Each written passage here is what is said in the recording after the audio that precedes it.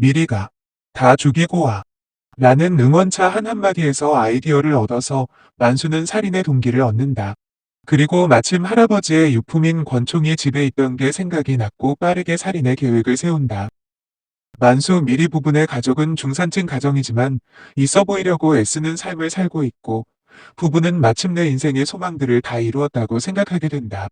어딘지 모를 해외스러운 풍경과 분위기도 아마 이 때문이 아닐까 생각이 들었다. 나름대로 있어 보이지만 도시와는 먼 오래된 단독주택. 그리고 그 단독주택에 걸맞는 큰 개 2마리. 테니스와 댄스 모임을 취미로 둔 치위생사 아내. 단독주택의 작은 공간에서 분재를 취미로 둔 제지공장 회사에 근무하는 남편. 밖에선 말썽쟁이지만 집에선 착하고 의젓한 큰 아들. 집에서 소통은 안 되지만 밖에선 첼로 신동인 작은 딸. 그럴싸한 가정과 환경을 가졌다고 생각하며 뿌듯해하는 부부는 남편 만수의 실직으로 행복이 붕괴되기 시작한다. 이 영화는 개인적으로 인간이 느끼는 관념에 대한 이야기라고 생각이 들었다. 보이는 것과 보이지 않는 것에 대한 관념과 그에 대한 필요성에 대해 생각하게 됐다. 그것에 대한 장치로 만수의 흔들리는 썩은 치아를 예로 들 수 있을 것 같다.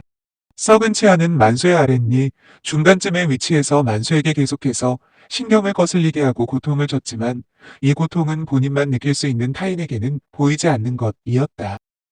다른 사람들은 만수가 아래턱을 움켜쥐고 눈을 찡그리는 것으로만 그 고통을 상상하며 체감할 뿐이었다. 치위생사인 아내가 있음에도 만수는 치료를 받지 못하고 병원에 갈 생각조차 하지 않으며 아내인 미리도 남편의 고통에 빈 걱정의 말들만 늘어놓을 뿐 치료에 적극적으로 행동하지는 않는다.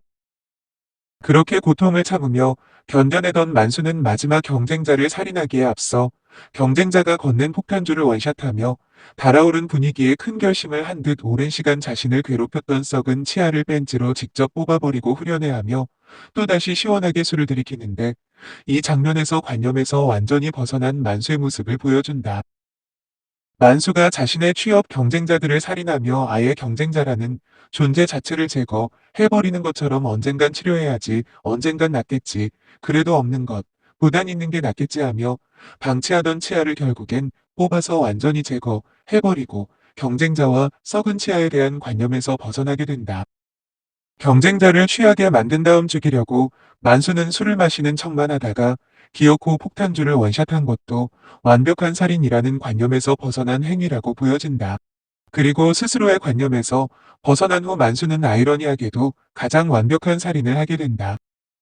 그 후 제지공장의 면접을 보는 장면에서 만수는 면접관의 질문에 기존에 사로잡혀 있던 관념적인 틀에서 벗어난 듯한 대답을 하며 그토록 원하던 취업에 성공하게 되는데 만수는 사실 자신이 경쟁자를 제거했기 때문이라고 착각하며 여전히 관념적인 태도를 유지한다. 온갖 추잡한 짓을 벌이며 자신이 그토록 원하던 일하는 인간, 돈 버는 가장의 모습으로 제지공장에서 기계들과 일하게 된 만수는 모든 것이 자동화된 시스템 사이에서 홀로 쓸쓸하고 공허한 눈빛으로 기계 속에 쓸모없는 부품이나 의미 없는 행동을 하는 사람처럼 보여지기도 한다. 마침내 영화의 첫 장면에서 보여준 화목하고 안정적인 가족이라는 형태의 관념에서 벗어난 온 집안에는 악보의 형태라는 관념에서 벗어난 딸 리원의 환상적인 첼로 연주가 퍼지지만 만수는 결국 이것을 듣지 못한다.